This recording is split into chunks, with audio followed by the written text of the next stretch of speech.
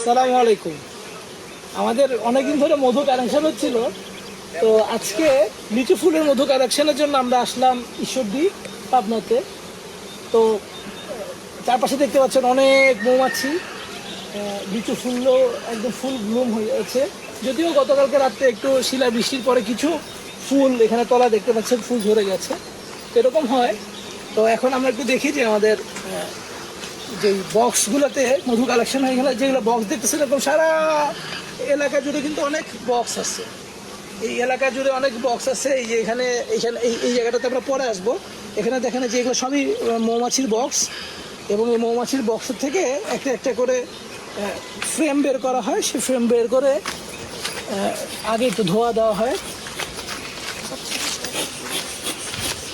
এই যে আগে ধোয়া দেওয়া হলো, ধোয়া দেওয়ার পরে তারপরে এই ফ্রেমগুলোর মধ্যে মধুগুলো কিন্তু এই ফ্রেমগুলোর মধ্যে থাকে।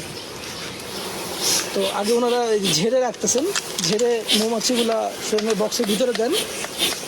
এই জায়গাটাতে একদম সাদা হয়ে যাচ্ছে এই সবগুলোই মধু, এবং যেখানে মুখ ব্লক হয়ে যায়, মানে যখন মধু জমা শেষ হয়ে যায় তখন এখানে একটা ক্যাপ করে দেয়। ক্যাপ করে এখানে অবশ্যই ক্যাপিং প্রসেসটা চলতেছে, এখনো শেষ হয় নাই। তো যেটা ক্যাপ করা হয় এটাকে আমরা পাকা মধু বলি। এই যে এইখানে যে এই ফ্রেমটার মধ্যে দেখেন অনেকগুলা ফাঁকা আছে আর অনেকগুলা মুখ বন্ধ হয়ে আছে। এটাকে ওনারা বলেন যে ক্যাপিং আমরা বলি, আবার বলা যে পাকা মধু ঢাকা থাকে। মানে মধুটা যখন প্রসেস করা শেষ হয়ে যায় মৌমাছির, তখন মৌমাছি এটা সিল করে দেয়, মোম দিয়ে সিল করে দেয়, এটাকে আমরা ক্যাপিং বলি। এই যে বন্ধ যে জায়গাগুলো দেখা যাচ্ছে এটা হচ্ছে ক্যাপ।